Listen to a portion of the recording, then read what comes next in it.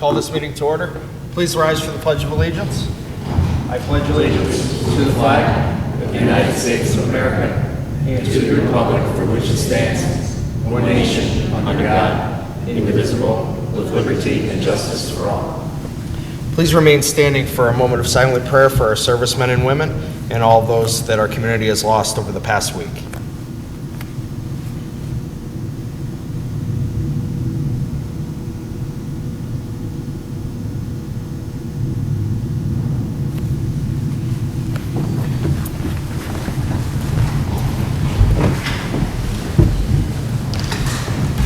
Roll call, please. Mr. Wexler? Here. Mr. Rogan? Here. Mr. Gahn? Here. Mr. McGough? Mr. McGough was unable to attend tonight's meeting due to a procedure he had, an unplanned procedure he had to have done. He is doing well today. He did phone into our office, so we're looking forward to his return next week. I would like to make a motion to appoint Councilman Gaughan temporary chair for the Committee on Public Safety. Second. On the question? All those in favor signify by saying aye. Aye. Aye. Opposed? The ayes have it and so moved. I make a motion to appoint Councilman Rogan temporary chair for the Committee on Rules. Second. On the question? All those in favor signify by saying aye. Aye. Aye. The ayes have it and so moved. Please dispense with the reading of the minutes. Third order, 3A, audit status received from Robert Rossi and Company on July 10, 2014. Are there any comments? If not, received and filed. 3B, minutes of the regular meeting of the members of Scranton Housing Authority held June 2, 2014. Are there any comments? If not, received and filed. 3C, tax assessor's report for the hearing date to be held July 23, 2014. Are there any comments? If not, received and filed. 3D, breakdown of the eligible salaries for the liquid fuels account for the months of April, May, and June 2014. Are there any comments? If not, received and filed. Do any council members have announcements to make? Yes, I have one. Jeff and Tracy Reese and their 3 children lost their home to fire on May 20th. There will be a spaghetti dinner to benefit the Reese family at the Villa Maria at 1610 Washburn Street in Scranton on July 20th from 5 to 8 p.m.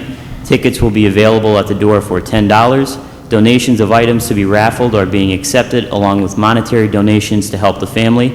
To make a donation or purchase tickets in advance, contact Kevin at 570-351-1762. And that's all I have. Thank you. There will be a fundraiser for the family of former DPW employee Enos Slocum, who just passed away this week at the Far Street Tavern, this Saturday from 6 to 9 p.m. First speaker is Paul Kramer.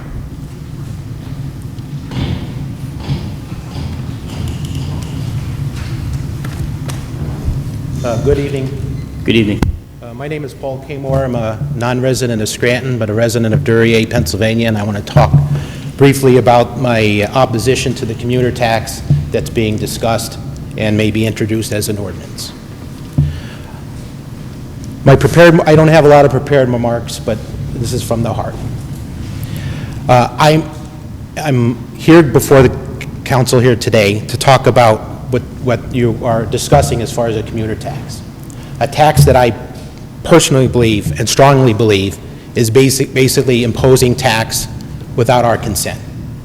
As a non-resident of the city of Scranton, we have no vote and we have no voice except for today. And I want to thank City Council for suspending the rules of council chamber to let non-residents speak. But my concern is what happens to our voice after tonight, or after, if this ordinance is ever passed. Again, as a non-resident, there is no ability to vote. There is no ability or a voice to say whether it's right or wrong. You're asking us to pay for pension deficits that have been around since at least the 1980s. At that time, at least the late 1980s, and has consistently resulted in a distressed city and a distressed pension. Imposing taxes without our consent is a fundamental violation of American principles. It's what our country was founded on. We just celebrated our Independence Day on July 4th based on freedom and the ability to say yes or no to our representatives and to say yes or no to taxes. Every tax I pay, whether it's real estate or income tax or school tax, comes with a cost to government. And that cost to government is a right to vote or a voice. If you impose this tax on us, that's fine. That's up to you. That's your decision. But don't take away my right to say yes or no to what's decided at pension boards or at city council. If you're going to take money out of my paycheck and take money out of my family's funds, I would like, or at least have some type of fair and equitable representation on the pension board at a minimum, because we're helping pay for the pension. We should be participants in that, just like any other city resident has that same right. I'm asking for that right as well, if you do in fact pass this commuter tax. This is not about the city of Scranton's finance. It's about fundamental American principles about no taxation without representation. This was challenged in county court and lost in the past, and I think it'll be challenged again and lost in the future, because what we just did was pledge a flag to the United States of America, and it represents something. As one of the largest cities in the state, you can take a stand and say, hey, we understand what America is all about and what we stand on and what our principles are. So I ask kindly that you consider not passing this commuter tax for non-residents, since we do not have a right to vote or a right to fair and equal representation. Thank you for your time. Thank you. The next speaker is Gerard Hetman.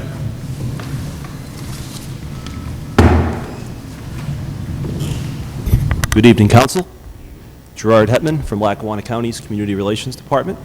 To begin this evening, the Lackawanna County Department of Arts and Culture has their 2015 Community Arts and Culture Grant Program now open for applications. The Community Arts and Culture grants are grants that can be applied for in amounts up to $3,000, not exceeding $3,000, to be used by individual artists as well as community groups and other art-based groups such as a cultural society or possibly a band or music group to produce arts and culture programming in Lackawanna County in the 2015 calendar year. The deadline to apply for the grants is Friday, October 10th, and we will leave a sample copy of the grant application and handbook with Ms. Reed for reference in the council office if anyone should be asked about the grants or wishes to inquire more about them. And of course, the application as well as the handbook are available on the Lackawanna County website at lackawannacounty.org. This is a program that we see a broad range of applicants for, from musicians and groups looking to do community concert series, up to visual artists looking to do community art projects, murals, sculptures, as well as to produce art exhibits and other programming relating to arts and culture. No room, no limit on creativity with these applications, certainly. So everyone is welcome to apply. Second, 3 upcoming community events relating to the arts and culture in Parks and Rec Department, the first 2 of which take place at McDade Park. The Art in the Park date for McDade will be on Tuesday, July 29th, 10 a.m. to noon in the first pavilion at McDade Park. It's a free day of arts and culture programming in the morning for children and accompanying adults. We do this at each of the 4 county parks. It proves very popular. We have free refreshments. It's a great day out for kids. The grandkids have the children for the day or looking for something to do with the kids outside of school. Everyone's more than welcome. And then also McDade Park will host its Family Fun Day date on Sunday, August 10th from 11 a.m. to 3 p.m.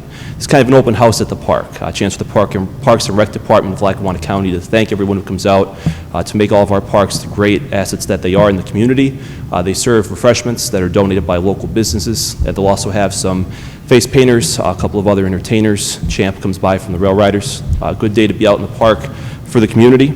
And then Arts Engaged Day, which is done in conjunction with the Lackawanna County Library System, takes place at the Electric City Trolley Museum on Friday, August 1st. From 10 a.m. to noon. Again, arts and culture, hands-on activities for children. They also get free trolley rides. The stipulation is that children have to have a library card from the Lackawanna County Library System to attend. And lastly, the 3-on-3 basketball tournament run by Lackawanna County each year will take place again August 1st through the 3rd on the streets here in downtown Scranton. This is an event that we see a lot of participation, even some members of council in the past, but it's one that people wait typically till the last week of the tournament to register for. Nothing wrong with that. We just want to let folks know that they haven't missed the deadline. And a lot of people register, a lot of teams register right at the very end, so they just have to go to lackawannacounty.org. Right on our homepage, they'll find the application form. You're more than welcome to submit it. And just a reminder with that, we thank everyone who cooperates with the street closures. The event gets great feedback from participants and from a lot of the businesses and residents downtown when we do this. And this will be the 3rd year that the tournament is held downtown. Both the 100 and 200 blocks of Wyoming Avenue, as well as Spruce Street, from the intersection at North Washington up to Oakford Court, which is the street that runs in back of Bank Towers, will be closed from Friday morning, August 1st, through Sunday afternoon, August 3rd, to accommodate the tournament. And again, we just want to make everyone aware of that. We will share that information with social media and on our website. And again, we thank everyone for cooperating. We know that's a little bit of an inconvenience, but we think the program that it produces is of great value to downtown and to our area and everyone who participates. And lastly, we just want to let folks know this came up 2 years ago, and apparently they're backed by popular demand. The producers of the television show on the History Channel, the American Pickers, contacted our office recently and let us know that they'll be in the area looking for anyone's antiques that may be of interest to them. They've left us a complete list here of their most coveted items, and pretty much anything that might qualify as an antique in folks' homes, they're looking for. Exceptions are mostly agricultural-related equipment, such as tractors, combines, things we probably wouldn't have in many city residents. The information, if anyone wants to contact the producers to offer their items, they can email americanpickers@cinefix.com. That's CINEFLIX.com for the end of the email. And their phone number is 1-855-OLD-RUST, spelled as it looks there, 1-855-OLD-RUST. So I know last time they did hit some houses, I think in the Hills section in South Scranton, they made several stops. So you never know, one of your neighbors may be on the History Channel sometime soon.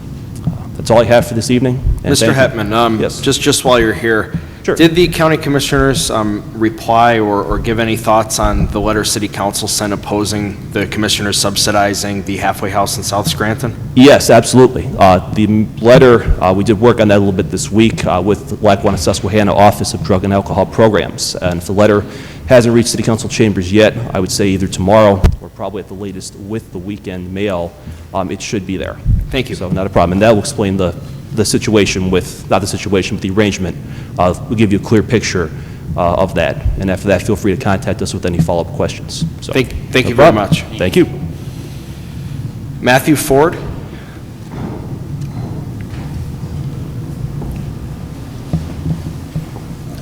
Thank you, Mr. Chairperson, members of the council, and attendees. Appreciate the opportunity to speak tonight. I'm a non-resident as well, from Wilkes-Barre, Pennsylvania, and I commute 5 days a week to my job, Kaiser Ave at Jerry Donahue's State Farm office up there. And I'm also opposed to the proposed commuter tax. I heard about it on the radio yesterday. I apologize, I didn't have a ton of time to look into the matter. I do contend that it is very legal to do. We've seen in Hazleton and Allentown that a commuter tax can be imposed, but I do stress the results of Hazleton. It's been a distressed city even longer than Scranton is with regards to their city pension. They've had the commuter tax in effect for 30 years now. It has not made a difference. They're still in a distressed situation. You guys have attacked the budget problem in a number of different ways. You've raised property taxes, garbage fees, rental registration fees, local taxes, school taxes, length and meter hours. None of this has helped the problem. Now that you've siphoned your own population, you want to grab money outside of the city too. But the true problem is twofold. The first is very simple. It's a spending issue. Your spending has raised over the last 3 years consecutively, regardless of the fact that you are in a budget crisis. We have to curb the excess spending and, more importantly, simple corruption within the local government. The second and more important is that long ago it was lost. The true value to the community is actually the citizens. And they're the most valuable asset the municipality actually has. If you want to increase the revenue, don't raise the taxes, raise the wages. This indirectly will both raise the wages and lower the burden of social programs that drains the coffers of the local establishments. Once you raise the wages, citizens are going to want to live in Scranton. They're going to be able to purchase things. That in turn is going to bring the businesses, which will broaden your tax base and increase revenue to the city. I beg the council to stop putting the weight of the city on the backs of the poor and the elderly, and now communities outside your own. And instead, I urge you to empower your own community by giving them the opportunity to better their lives and their community, and indirectly, you, with their help, will fix the city.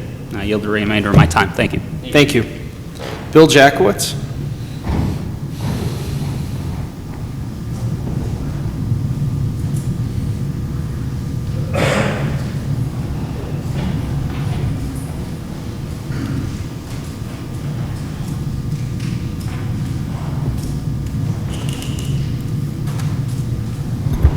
Good evening, Scranton City Council, Kathy, stenographer, Lori, and Amo. First of all, you know, we've been here before several times. Do we really think a 30% property tax increase over the next 3 years and tripling the local service tax? Do we really think that that's going to help the city of Scranton, or is it going to hurt the city of Scranton? And also the community tax. You know, like a speaker before me said, we've been to court about this, and the city lost. I mean, it seems like we're trying the same things over, selling the sewer authority again, trying to auction off the dilapidated parking garages we have that need like $10 to $15 million worth of repairs. I mean, years ago, I started the Legion of Doom, and I hate to say this, but the Legion of Doom was actually accurate on everything that we spoke about over the last 7, 8 years.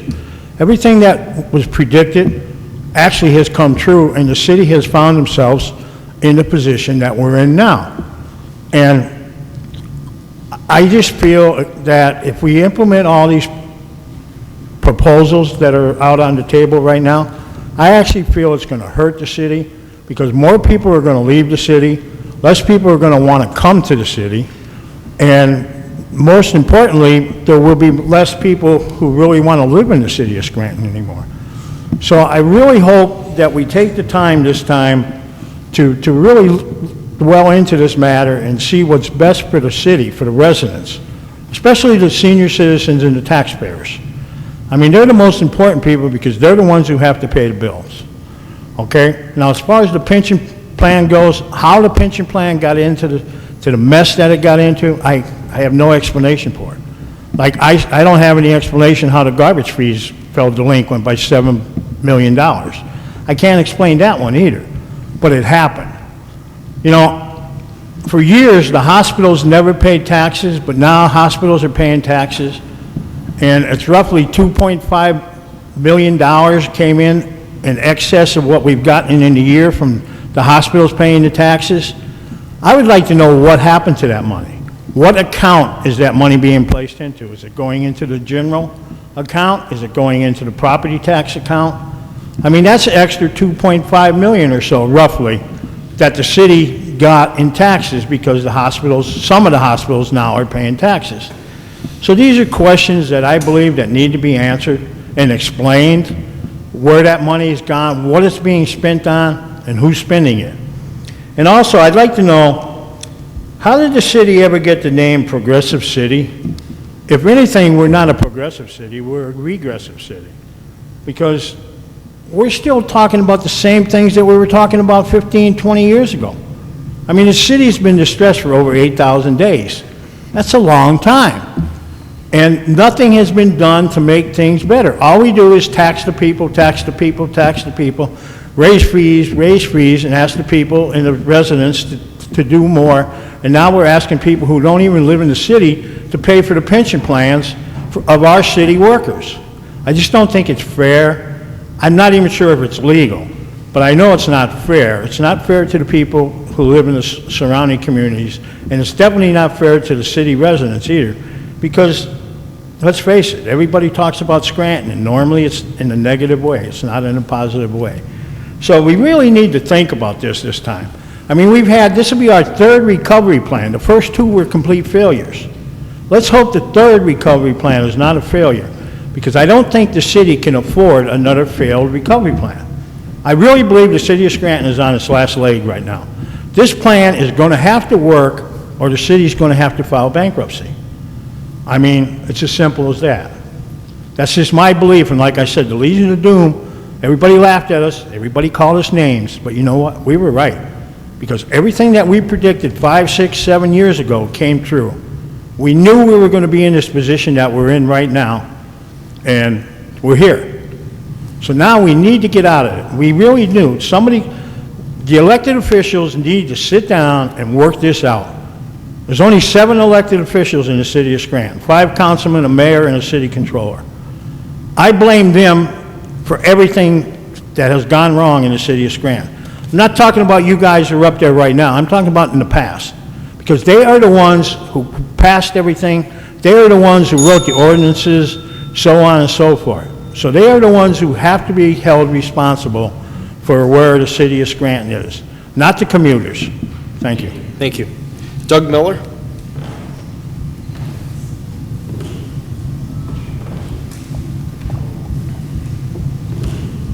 Good evening, Council. Doug Miller, Scranton.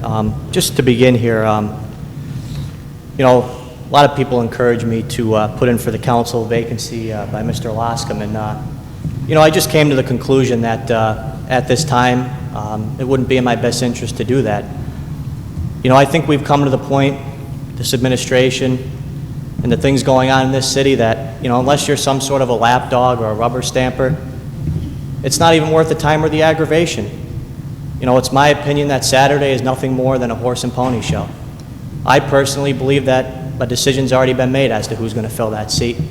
And to come up here and waste my time and offering solutions as I've done for 12 years, I believe would be a waste of my time and a waste of your time. And to subject myself to a horse and pony show, because that's what it is just totally irrelevant. You know, we had some speakers come up from outside of the city in regards to the commuter tax, and you know, I'd like to take a few moments to address that. You know, as we know in the past, it's not a secret. In 2012, I supported that commuter tax, and I just want to clarify that on the record. But today, the situation is completely different. And in 2012, we were discussing a commuter tax that was in regards to services that the city provided for residents outside of the city.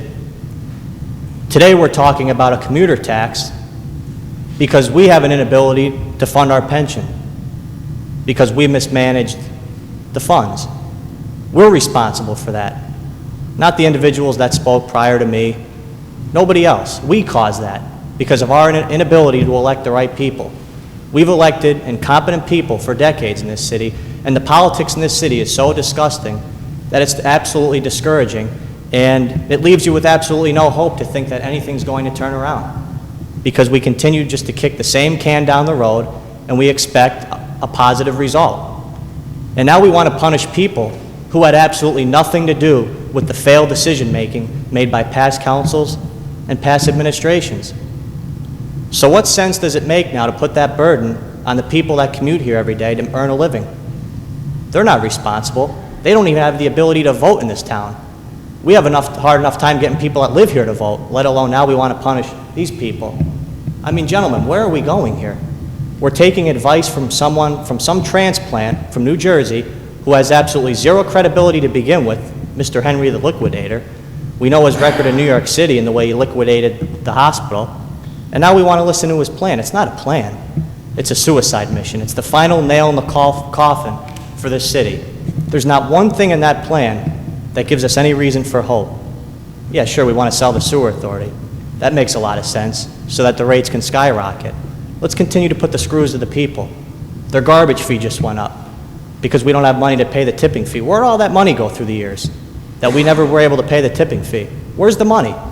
Nobody's ever had the you-know-what to stand up and find out where that money went, because we're timid and we're afraid to take on bullies, because that's all we have in this city are bullies, and we're afraid to take them on. There's absolutely no creativity in this government. In the amount of time I've come here, not one time have I heard a creative idea. There's been a few, but in general, I've never heard real money-making opportunities that we could utilize our assets to make money. Selling the parking garages that are allegedly worth $22 million. For what? To still owe $30 million on them? We don't even know how much they cost to build, yet we want to go and sell them. Again, does not make any sense. We're taking advice and input from someone who doesn't live the life of a Scranton resident. You know, come here for just a day And look around, go through the neighborhoods, the countless for sale signs everywhere. There's no opportunity, but yet we want to punish people out of town because we can't keep our finances in order and we can't fund our pensions. Hazelton's been under this alleged commuter tax since 1986, and their pension's still in the water. So what makes you think we're going to come here and resolve it with this and put it on the backs of people who had nothing to do with it? It's not fair to them because we're incompetent and we're incapable of making the right decisions. Take a look at the mall. We have a very unique opportunity to generate millions and millions of dollars out of that facility. You know, over the last few days, there's been discussion on converting it into a casino and resort. It's my personal opinion that that would be a fantastic opportunity, that within 5 years, this city could be debt-free, and there would be no more property taxes, because it's utilizing an asset with creativity. The amount of jobs and opportunity that would come into this community would be endless. It's not a pipe dream. It's a realistic thing that can happen. You know, I know a lot of people want to brush it off with laughter and think it's completely false. Well, we've done a lot of laughing through the years, and we see where we are. So it's not a joke. It can happen. And I could say next week there will be a petition being circulated that there's support from many people in this community that would like to see that happen, because as far as keeping it as a mall as is, it's not realistic. It hasn't lasted. It hasn't worked for 20 years, and it's not going to work now. We need to be creative, and that solution and that suggestion and that plan brought forward by Mr. Bolus is the way to go. And we will be circulating a petition because we do have a lot of support in the community. Thank you, Mr. Miller. And, you know, as far as that plan, throw it in the garbage because that's all it is. We have an obligation to solve our own problems, not put it on the backs of other people. Thank you. Thank you. Joan Hodowanitz?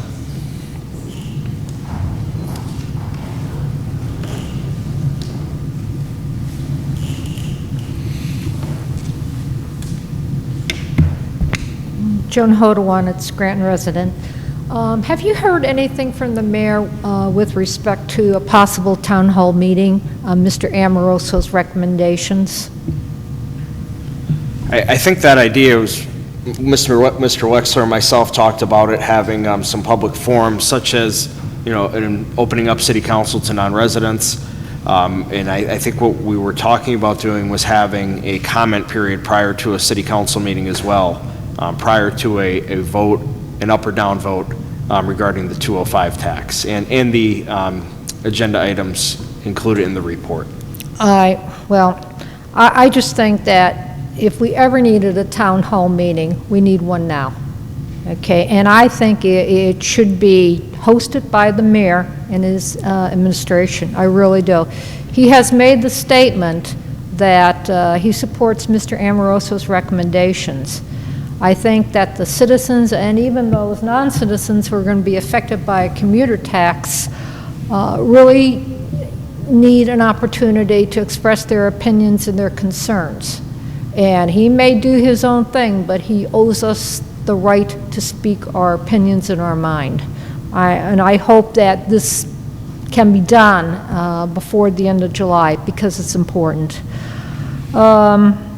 I saw in the clerk's office the audit status from Robert Rossi on the city's audit, which is overdue, was due on May 31st, and the same 26 items are still outstanding. I think what they do is they change the date on top, add a few memos to the last page that were issued since the last report, sign it, and because it's not seeming to change at all. And as you should know, the budget has to be presented by the mayor to city council not later than November 15th, which this year is actually November 13th because November 13th is Thursday. And we now have less than 4 months.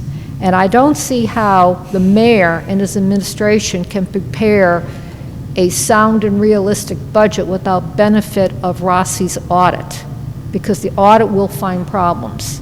If it's done well, it will find problems. So that should be an issue of concern to Mayor Courtwright and his business administrator. Just to let you know, since I asked about property reassessment here, and I was advised to bring it up with the county commissioners, I did that yesterday morning. Really didn't get much satisfaction during that meeting. I was basically told that reassessment is difficult and impractical. It would adversely affect mostly the elderly, and that it is a statewide problem, and what we really need is for the state to mandate one law for reassessment for all the counties. So I will be hitting up Representatives Farina, Haggerty, and Senator Blake on the same issue. But I don't think our assessment procedures are fair. And even though it's not a city-controlled aspect, it's something that you should be as concerned about as I am. And finally, I intend to go to the next pension board meeting, which I believe is July 30th here in council chambers. And I think anybody who is concerned about the unfunded pension obligations of the city should be here too if they have the time and the interest. And what we need to do is we need to send a message to city administration and to all our legislators that the people are watching, the people care, and the people are not going to be ignored. Thank you. Thank you very much. Lee Morgan?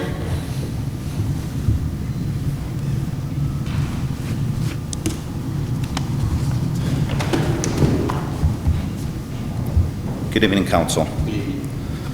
It is my intention, even though it may be a waste of time, I'm going to ask the Council to consider appointing me to this seat.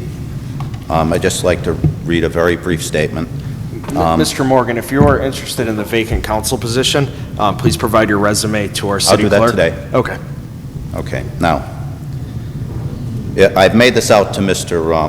McGough, and all it states is very simple, and this is going to be my application. My name is Lee Morgan. I am asking to be appointed to the council seat vacated by Mr. Jack Lascom. I hope to be appointed to this seat because over the course of time, my opinions regarding many of the city's financial problems have been validated. The city has fiscal problems, and they're only one part of the many difficult situations that lie ahead for the city.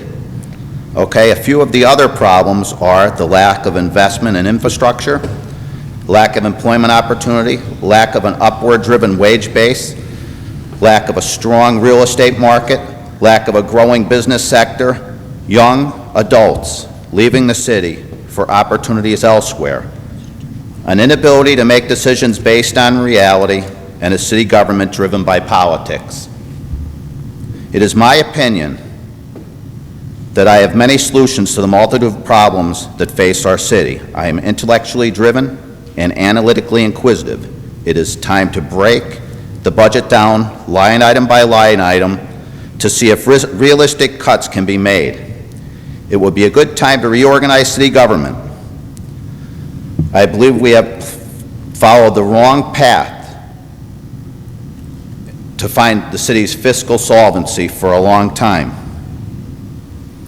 I would like to be appointed to council to use SAP as the first step to begin to correct the city's multitude of problems. Okay, and what I basically say here is that I look forward to a council that is independent, okay, because I find, as it says here, I look forward to any interview I may be granted or to any consideration for appointment by any individual council member. I have learned more than I can express on paper in over my 2 decades of participation here at council meetings. I do have real answers to our real problems. I just hope that politics will not determine the appointment. It is my respectful opinion that politics has brought us to where we are today. I believe it is time for hard work and thought-driven options to salvage our city before there is nothing left to work with. And I think together we can find the answers. So what I'm asking is every council member, and look, there's all kinds of rumors out here who's going to be picked already, and I think that's unfair to try to discuss that at this point. But it's my opinion, and I've been here a very long time. It's not a personal shot at anybody. The recovery plan that Mr. Doherty presented was never a recovery plan. It just wasn't possible. The PEL's plan was never a recovery plan. This city has too many problems. We've gone and we've tried to, create opportunity here, but I don't see how it's working. I mean, you look at the Scranton Lace building, all they're doing over there is cutting all the scrap out of it, the building, and scrapping it. The North Scranton project stalled for decades. Any real opportunity for change has just been thrown to the wind. We've come to the point now where we have our last, what we may consider our last major assets. And like I've said before, how much did it cost to build the Scranton Sewer Authority? How much did it cost to develop that? Why are we giving all our assets away? We can't find solutions to our problems because we're too busy in this city playing politics. And as a young child, there were 101,000 people here. There's 70 here. Okay, we expect a city of 70,000 people to carry this debt? Not possible. Okay? When people ask, well, what happened to the pension plan? We need to ask why Mellon Bank was removed as the administrator when the pension plan took a beating.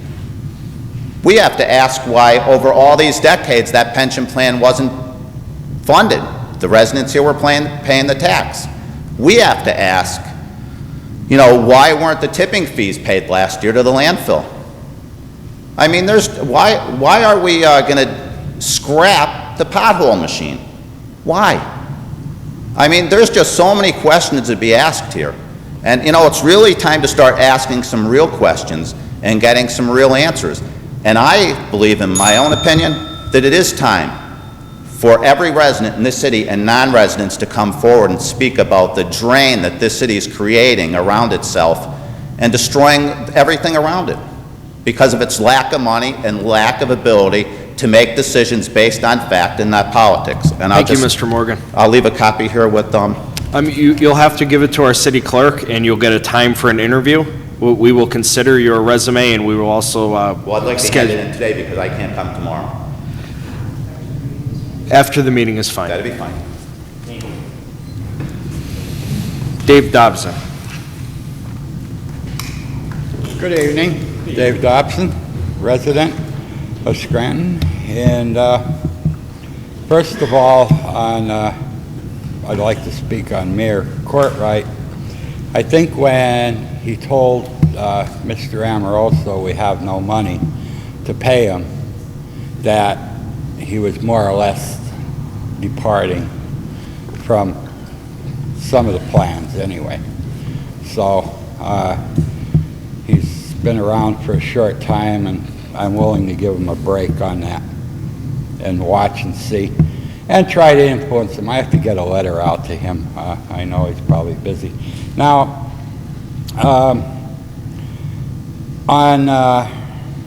in the taxpayers, on 2 different occasions, we threw conferences on reverse mortgages.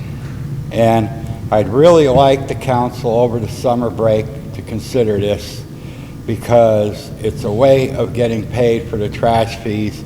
Believe me, I did a Medicaid spend down, and I have letters from the state that I did absolutely nothing wrong. Everything's correct. But the point being that the money goes once somebody gets ill and can't be attended to by lay people. And there's no sense in trying to hold on to it, and they could pay their back fees and become a supporting member of the community, hopefully. And I'd appreciate if the council would look into this and try to help people through their various offices. Now, my advice for the commuters, petition your reps and state senators, state reps, for tax-exempt replacement. I can't afford to support the whole region. If somebody wants to hook a tow chain to the courthouse and haul it up to Mayfield and give them a tax exemption, feel free. But I can't keep having my city taxes raised in that sense either. And a lot of poor language has been used on us, like rat hole and black hole. I don't get to say where my tax money goes. And, you know, somebody's in the city existing as a tax-exempt entity, and they seem to want to direct this money to some source that might benefit them all the more, or maybe not. But The point being that that's a very offensive. And on the sale of the sewer authority, once again, I have to express my deepest concern. In Detroit, now, ALEC, American Legislative Exchange Council, they run around the country passing out proposed legislation to states, and they're like template legislation. They have the same, a few different words, but the same thing. They're basically an extreme right-wing lobby group funded by oligarchs, and 3,000 people have their water shut off a week in Detroit. 3,000 people. No water. You don't pay your sewer bill, no water. So if my sewer bill goes out through the ceiling, or my water bill goes out through the ceiling, or my electric bill, then you have no utilities. Guess what? Your house is condemnable immediately. So it's something to consider. I can't afford to have my sewer bill go from $350 or $400 a year to $1,200 and $1,500 so that I can pay for stock options and CEO incentives to pick my pocket, basically. And it came to my attention, this is in the state, that the campaign funds are being solicited from certain public unions by our governor. And he hasn't been kind to Scranton. He hasn't been kind to many people. And beware, because the average person has lost as much as 50% of their income when they become reemployed over this last one. And I'd also like to remind everybody everywhere that Scranton has lost $26 million out of their pension fund thanks to Wall Street. So I have one other thing here. I'll give it to you and speak on it next week. By the way, if you guys could send some of these to Mr. Courtwright, it would be helpful. Sure thing. Thank you.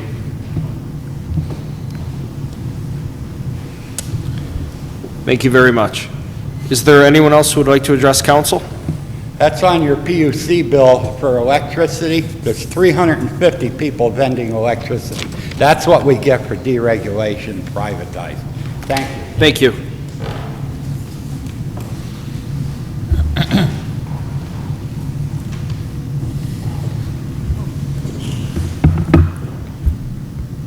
Good evening, everybody.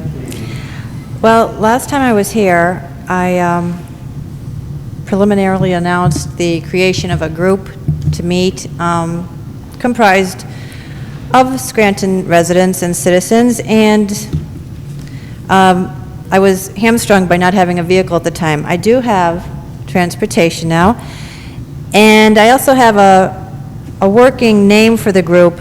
It's just a working name. It doesn't have to stick, but for the few people that I've run it by, they actually kind of like it. I think the notion of loving the city was something I spoke about several years ago at this podium, referencing it to then Council President Janet Evans, whom I truly believe and still believe she loves the city, as did the mayor at that point in time.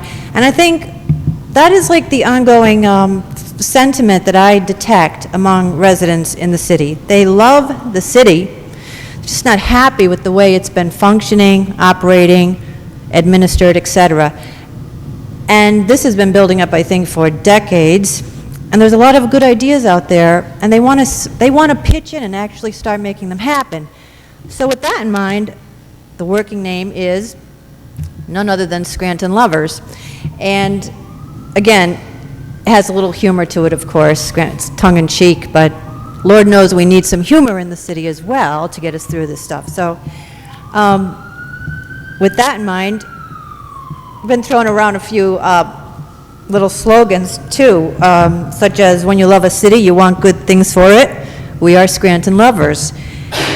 Another one is, God bless you, that's okay. Improving Scranton and loving every minute of it. We are Scranton Lovers, because I really do believe people want to work and make the city better. And my personal favorite, of course I got engaged in Scranton. I'm a Scranton lover. So with that, I contacted the county, and unfortunately, Chris Minora has, I think, gone off to law school now, but his replacement has offered the following times for us to meet at the Entrepreneurial Launchpad, which is the former Scranton Electric Building, I believe, on Linden Street. And we have the following time slots. I picked 3 because I want people to show up and not have, the reason that they couldn't make it because of some other constraint. So we have next Tuesday reserved from 8:30 a.m. until noon. Anybody who wants to drop by the Entrepreneurial Launchpad, just to sign up, give your name, your phone number, the ideas, and maybe what you can commit to doing for the group, whether it's just, we need muscles, we need brains, we need combinations thereof, and we need ideas. So that's one time slot. Then we're going to have another one on Wednesday from 4 p.m. to 8 p.m. for people who have to work during the day. And then on Thursday from 1 to 4 in the afternoon. So if any of those time slots work for people, hopefully they will. I want people to show up and offer their ideas, start making plans to improve the city, and maybe it'll go nowhere, and maybe it will end up doing some good. I don't know. I don't have a crystal ball, but no matter how small, all I know is that I want to help the city improve in a variety of ways. And if it doesn't happen in my lifetime, I'm at the point where at least I know I will die knowing I tried to improve the city. And I think a lot of people feel that way, because when I run the idea by people to do even simple things like pulling weeds or raking, the layers of trash that are stuck on streets and curbs, they're like, I'll do that. I could do that. So really, we're going to start humbly and move on from there. And we're going to discuss concerns, ideas, and try to figure out why we continue to have administrations that are basically non-responsive to the vast majority of Scrantonians. We want to work with government, but we want it to be positive and as apolitical as possible. I don't know how much time I have, but I know last time I was here, I believe Mr. Wexler thought I wanted him to set his hair on fire. Well, nothing could be further from the truth, Councilman. In that respect, that would be panic, and I would never advocate anybody to panic. But urgency to me, which is what I was requesting, means that people realize how critical a situation is and at least exude a fire in your belly about finding workable solutions. So that's really all I meant about wanting to sense that urgency. I'm going to finish one point. People also discussed the plans that the city, people wanted to plan a plan. Well, I'm not an advocate of having a plan for plan's sake. Oftentimes, good ideas require time to develop and take shape. So while having a plan is a great thing, let's make sure it's a well thought out and as well vetted a plan as possible. And I think it also needs to be a fluid, adaptable plan that has fallback positions, B's and C's. So thank you for your time. Thank you very much. Is there anyone else who cares to address council?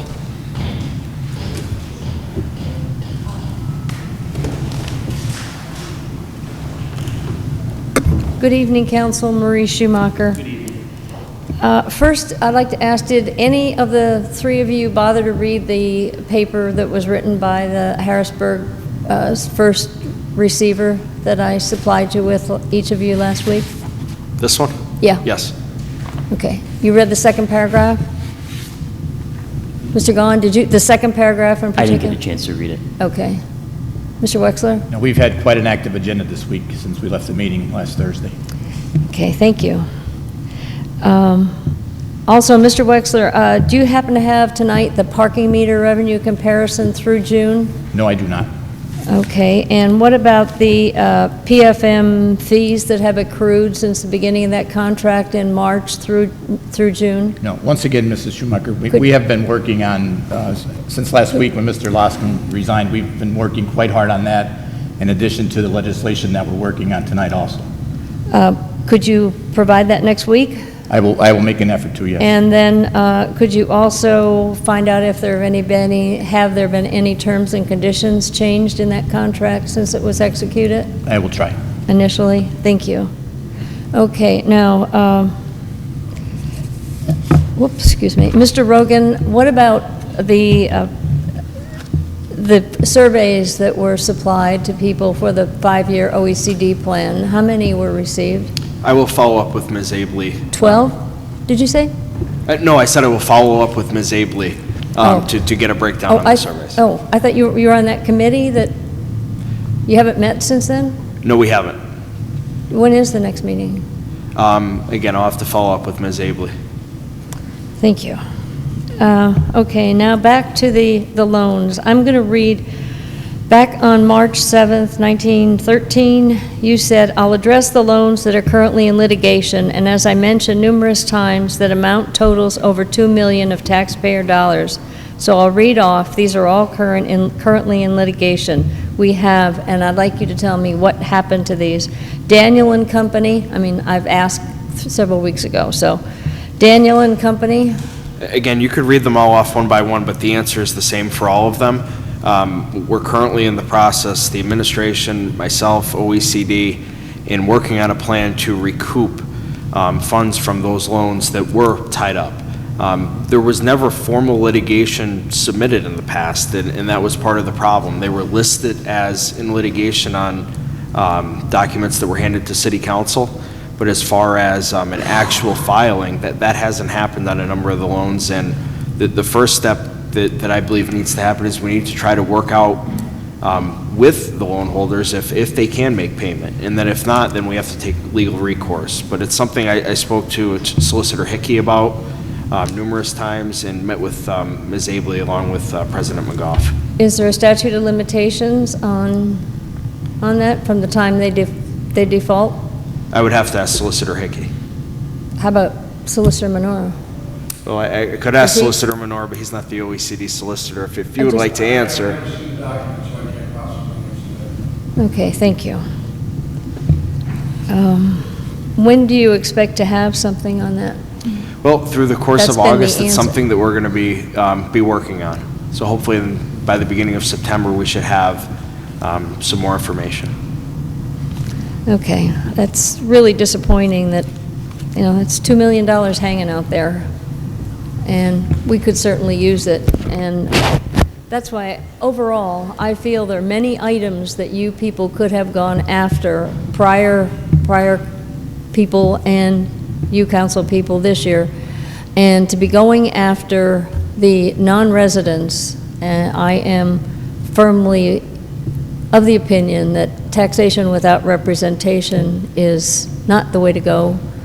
I will maintain that position as long as I live, and I think you all need to start scratching around for other things that could be done and some innovation. Maybe you could go to the county. I understand innovation starts down there, so maybe you could go to the 200 block of Adams Avenue for some inspiration, but you need to find something else. Thank you. Thank you. Is there anyone else who would like to address council?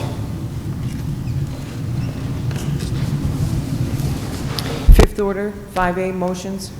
Mr. Wexler, do you have any comments or motions? Thank you, Mr.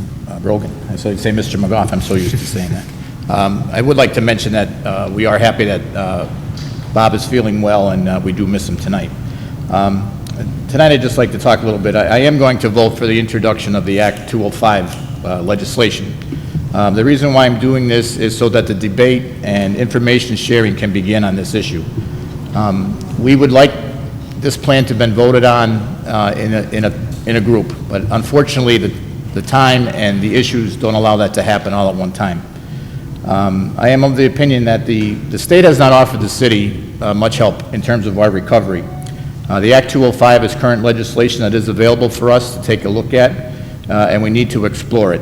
And as of tonight, that's all we're doing right now, is we're introducing it so we can start the debate. And I encourage everyone in the city, outside the city, to please participate in this discussion. It is very important. As other speakers have said, and I have been saying all along, this is the last chance the city of Scranton has. The problem is that if this plan is not successful, we can't afford bankruptcy, because many of the things that we are saying we don't want to do either the receiver or the bankruptcy court will make us do it. And it'll be much more painful to have us told to do it than pick and choose what we can do ourselves. So like I said, this is just to start the debate, and I would encourage the mayor to have a town hall meeting. I would encourage to allow us to participate just so we can hear the comments at the same time. This is an administration plan. The mayor has embraced it. He has talked to the media. He has shared a letter with us at council that he does approve of the plan. And I believe that a town meeting may be in order. I can't make that happen. There's nothing that we can do as council here except listen to you, because we do not have the answers of everything. And for us to have a town meeting, I think might add to the frustration level if the mayor is not present. So there is some time to get this together. And like I said, tonight we're just voting to introduce this legislation. Thank you, Mr. Rowe. Thank you. Councilman Gahan, do you have any motions or comments? Thank you.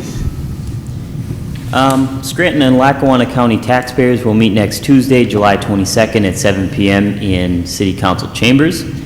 I was contacted by a gentleman on Kestner Court who had a street light out. We've made the request to the DPW and Joyce Electrical. Hopefully that will be taken care of soon. A reminder to everyone that parking will be banned on a section several miles long of Main Avenue starting Friday due to a resurfacing project. The project is scheduled to end July 28th, weather permitting, and will run from the Scranton-Taylor border north to Providence Road according to PennDOT. It is part of a $4.6 million contract to resurface various roads in Lackawanna County and a $2.1 billion statewide plan to upgrade highways and bridges. Mrs. Davitt from North Scranton came to council last week with concerns regarding her backyard being ripped up. City Council spoke with Mr. Gallagher, the DPW director, who has since been up there and taken care of that issue. And that is all I have until my comments on item 5B. Thank you. Thank you, Councilman Gahan. Before addressing some items that are on the agenda, a quick story and a quick announcement that I wanted to make. The announcement is that Giovanni Piccolino, the owner of Buona Pizza downtown, will be hosting a Kids Swim Free Day on Saturday, July 26th. The first 100 children that go to the park that day will swim for free, receive a free slice of Buona Pizza and a free ice cream, all courtesy of Mr. Piccolino and Buona Pizza. And Mr. Piccolino has always donated to the community, and we certainly thank him for that, but there's a little bit more of a story to why he's having this Kids Swim Free Day. For a number of years, Mr. Piccolino was trying to get a 15-minute parking sign in front of Buona Pizza downtown. And I've mentioned it at council a number of times, and unfortunately it kind of fell on deaf ears with the previous DPW directors.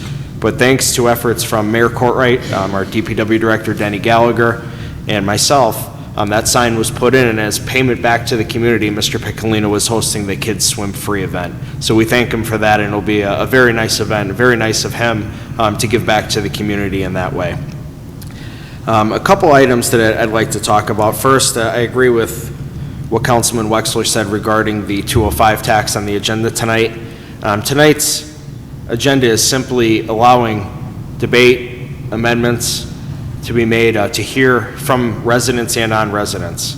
I think it's imperative that council listens to not only those who live in the city, but those who live outside of the city as well. On July 31st, the final vote will be made on this legislation. By that point in time, we hope health willing, Councilman McGough will be back, and we hope that we will have a new council member. As you know, City Council has been taking resumes throughout the course of the week to fill the vacant council position. This Saturday, we will hold interviews, and then after the interviews, we will begin the process of debating and selecting a new council member. This vote must be taken with a full 5-member body on City Council. Tonight, our council president isn't here for unexpected reasons, and we have a vacant position. So the July 31st meeting allows council two more opportunities to address City Council here publicly, and we encourage residents and non-residents to come. And it also gives us an opportunity to hear different views. I know all of us have probably had a number of emails, calls, text messages, Facebook messages from people on both sides of the issue. Many in the city would like to see the 205 tax move forward because it will help strengthen the city's pension it'll be less in tax increases that they would have to pay. Many outside of Scranton have many questions about it. And it's our job as council members to take a deep and thoughtful look at this issue over the course of the next few weeks and determine which way is the best course for the city. That being said, the proper thing to do is for this legislation to be voted on by a full member body on the 31st, which would be our last meeting of the month, and that's how I believe we need to move forward. Finally, regarding an article on, that I saw on WNEP regarding the mall, I know there has been a lot of talk regarding the mall and what the future of the mall will be. One thing I think almost everyone agrees that we don't need more of in downtown Scranton is governmental offices. The proposal by County Commissioner Jim Wansack to turn the mall into more county offices would probably be one of the worst things that could ever happen to downtown Scranton. The mall is to be a place of commerce, a place for jobs to be created, for people to go and shop. It's not a place for bureaucracy. We have enough of that in downtown Scranton. It would create another tax-exempt building in the downtown, and that's certainly the last thing we need in the city of Scranton. There have been a number of other ideas on how the mall could best be utilized. Obviously, the mention of a casino comes up quite often. If the state were to grant a license, I think that would be a great idea for the downtown, but that's a tall task that hopefully the state would help us out with. If that's not an option, I know there are many other developers in the city, besides Mr. Boskov, that are interested in that building, if the price is right, to use it for a commercial district, to have a mixed use with shops on the lower floor, on the upper floor, opening up the roof, being able to drive through to the park that sits right behind the mall. There are a number of other things that could be done with that building that would be positive for the city of Scranton and for our community. But the one that will not work is more governmental offices in our downtown. So that being said, I hope that the county commissioners reconsider that statement. I know it hasn't been a decision as of yet, and hopefully we will have a vibrant mall in our downtown or a vibrant mixed-use building, but certainly not another governmental building. So that's all I have for now. I will be commenting more on agenda items as they come up, and that is all for now. 5B for introduction and ordinance. An ordinance to provide revenue funding for the severely distressed pensions of the city of Scranton by adopting and imposing an additional 0.75% tax upon earned income received and net profits earned by non-residents for work done, services performed, business conducted, and income earned within the city of Scranton, requiring the filing of returns by taxpayers subject to the tax, requiring employers to collect the tax at source, providing for the administration, collecting, and enforcement of the said tax, said revenue to be specifically restricted to funding of the severely distressed pensions of the city of Scranton under and pursuant to the Municipal Pension Plan Funding Standard and Recovery Act, Act 205 of December 18, 1984, Public Law 1005, Number 205, and its amendments, specifically 53 PA CSA Section 895.101 at SEEK. This tax is expected to generate approximately $5 million in annual revenue. Mr. Logan, before you speak, would I be able to make a motion? When it gets to that point, sure. No, I think I can make a motion. At this time, I'll entertain a motion that item 5B be introduced into its proper committee. So moved. Second. On the question. Well, I should have been able to make a motion to table the introduction of item 5B. Well, you had that opportunity in fifth order when you provided comments. No, I just did, well, anyways.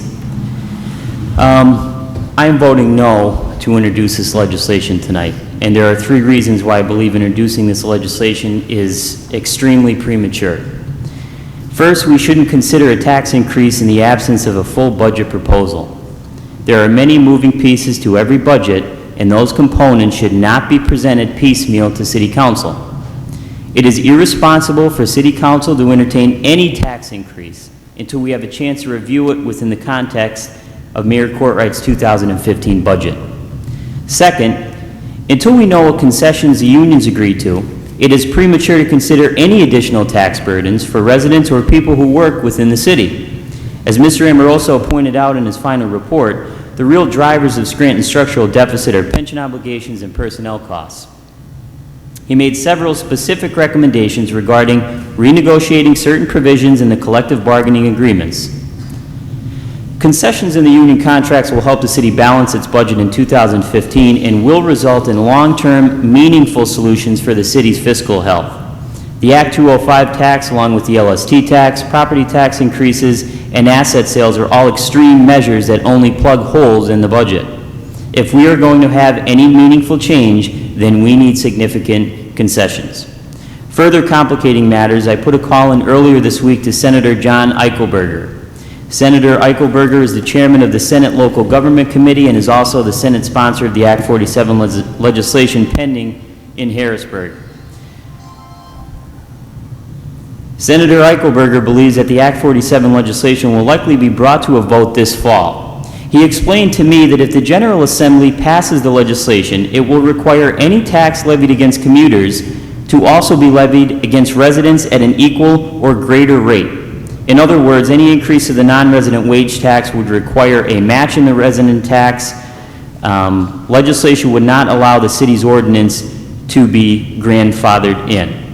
This means that city residents would face an additional 0.075% wage tax increase, bringing the total resident wage tax to 4.15%.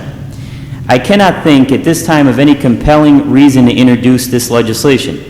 What is the rush to impose this tax? We don't have the benefit of reviewing this tax within the context of a full budget proposal. The administration has not secured concessions from the unions, and there is pending legislation in Harrisburg that could affect how the tax is levied. We are here tonight with a quorum, but not a full council. Councilman McGough is not with us this evening, and we are in the process of filling Mr. Loscombe's open seat. This is a serious decision, and it should be made by at least a majority of council. I strongly believe that introducing this legislation tonight is hasty and extremely premature. And that is all I have.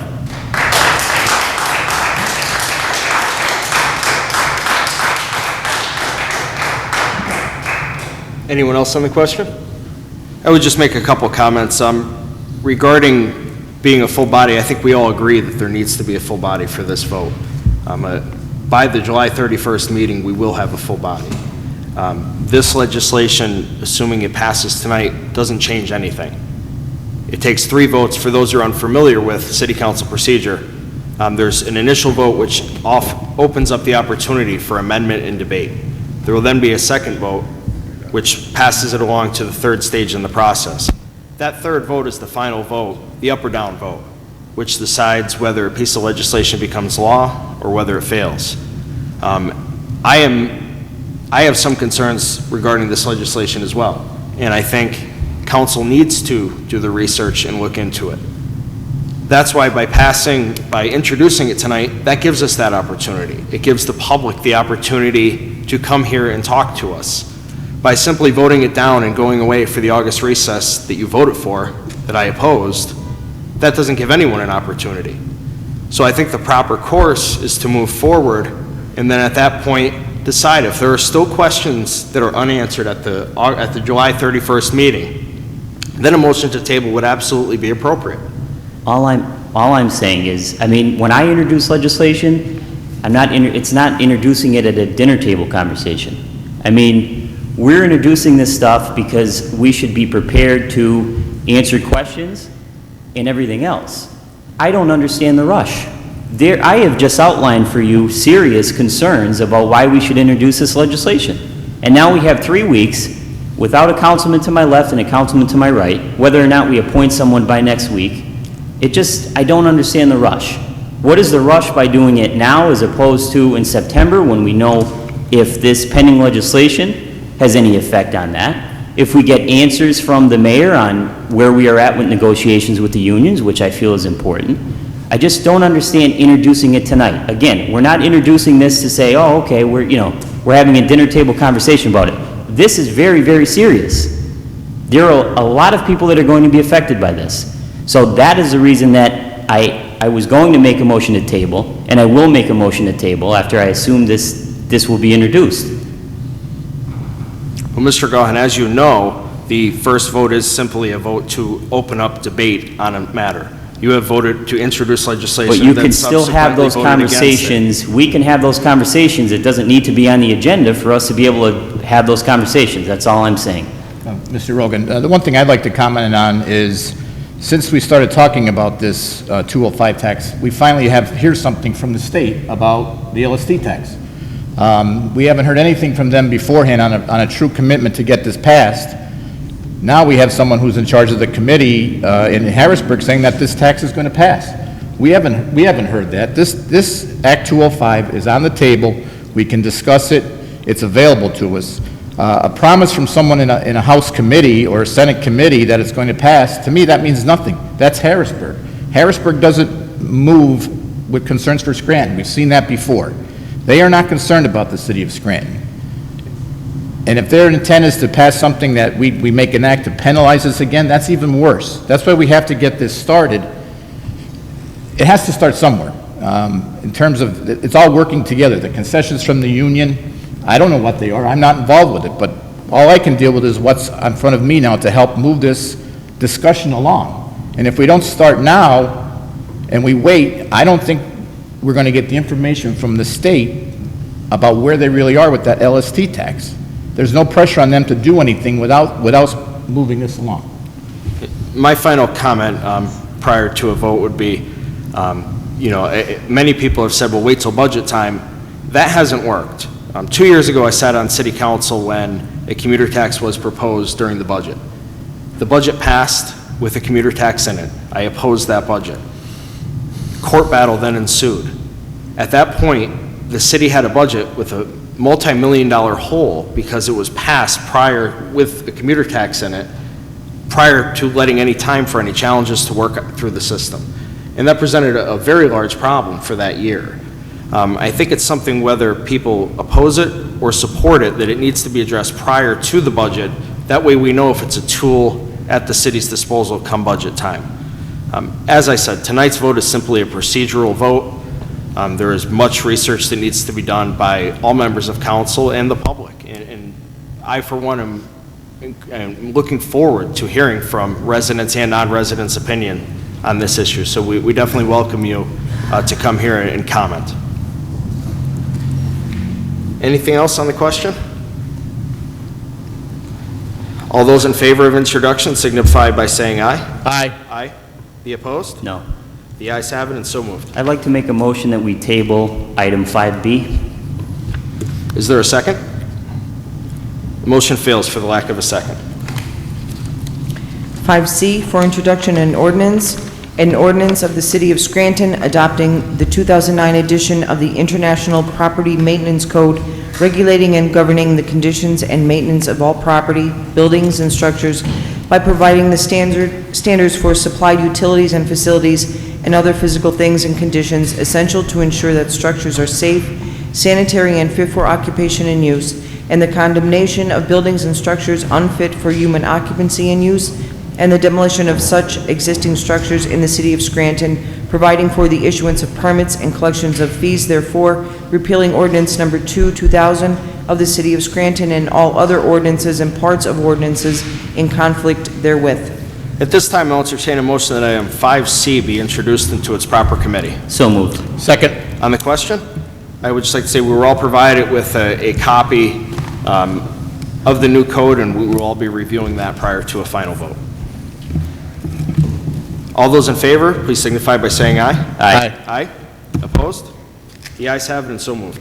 5D for introduction and ordinance creating and establishing special city account number as noted, entitled Teamsters Local Number 229, Republic Parking Employees Healthcare Contributions for the receipt and disbursement of those funds received under the current collective bargaining agreement. This time, I'll entertain a motion that item 5D be introduced into its proper committee. So moved. Second. On the question, all those in favor signify by saying aye. Aye. Aye. The ayes have it and so moved.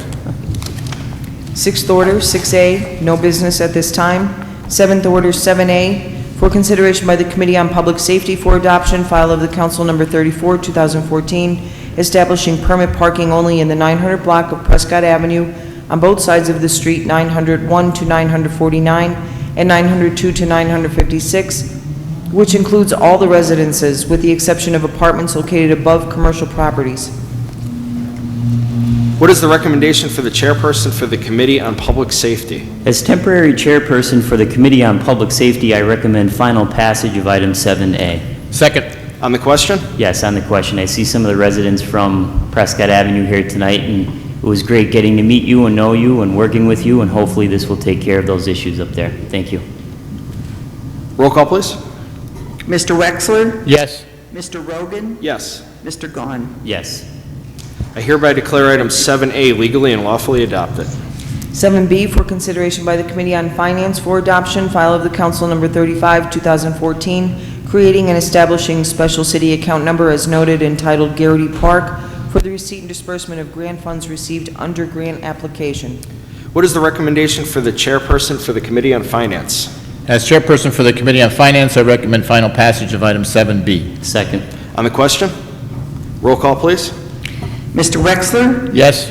Mr. Gahn? Yes. Mr. Rogan? Yes. I hereby declare item 7B legally and lawfully adopted. 7C for consideration by the Committee on Finance for adoption, resolution number 67, 2014, accepting a donation of $10,000 from Allied Services presented to the City of Scranton to provide free swimming for economically disadvantaged individuals at the Naog Park Swim Complex. What is the recommendation for the chairperson for the Committee on Finance? As chairperson for the Committee on Finance, I recommend final passage of item 7C. Second. On the question? Roll call, please.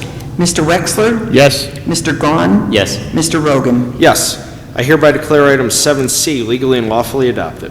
7D for consideration by the Committee on Rules for adoption, resolution number 68, 2014, appointment of Thomas J. Galella Jr., 112 Peller Avenue, Scranton, Pennsylvania, 18505, as a member of the City Planning Commission effective July 3, 2014. Mr. Galella's term will be for 4 years and will expire on July 3, 2018. As temporary chairperson for the Committee on Rules, I recommend final passage of item 7D. Second. On the question? Roll call, please. Mr. Wexler? Yes. Mr. Gahn? Yes. Mr. Rogan? Yes. I hereby declare item 7D legally and lawfully adopted. Being that there's no further business, I'll entertain a motion to adjourn. Motion to adjourn. Meeting adjourned.